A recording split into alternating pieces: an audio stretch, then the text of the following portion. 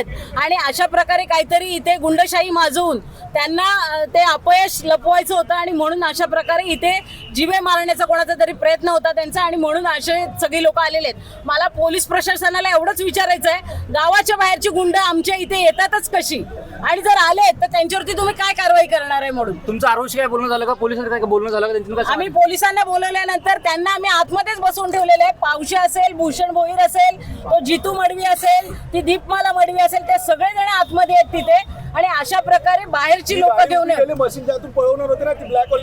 गाडी उभी केलेली आहे। आमचा संशय आहे की त्याच्यामधनं ते लोक मशीन चोरायसाठी इथे आले होते आणि मोठ्या प्रमाणात त्यांना या सगळ्यासाठी त्यांनी मॅन पॉवर बोलवलेली आहे। बाहेरची मुलं तुम्ही बघत असाल, इथे बाळकुंची मुलं आहेत आणि भिवंडीची पण मुलं आहेत आणि अंजूरगावची पण मुलं आहेत। तर जर असं आमच्या गावामध्ये बाहेरची लोक येऊन जर दहशत पसरवण्याचं काम करतायत म्हणजे योग्य रीतीने निवडणूक पार पडलेली आहे पण कुठेतरी त्यांचा पराभव त्यांना दिसतोय, म्हणून अशा प्रकारे चोऱ्या करण्यासाठी हे उमेदवार इथे आलेले आहेत। आता तुम्ही कुठे चालले?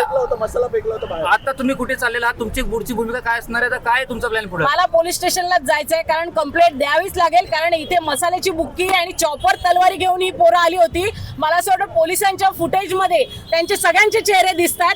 गावाबाहेरची जर मुलं येत आहेत तर त्यांच्यावरती कारवाई झाली पाहिजे पोलीस प्रशासनाकडनं, हीच मागणी आहे माझी। वरिष्ठांशी काय बोलणं झालं? त्यांना सांगितलं का? वरिष्ठांशी झालेले बोलणं आता माझं, आता पुढची भूमिका मी ठरवेल काय करायचं आहे ते। नक्कीच या होत्या माझ्या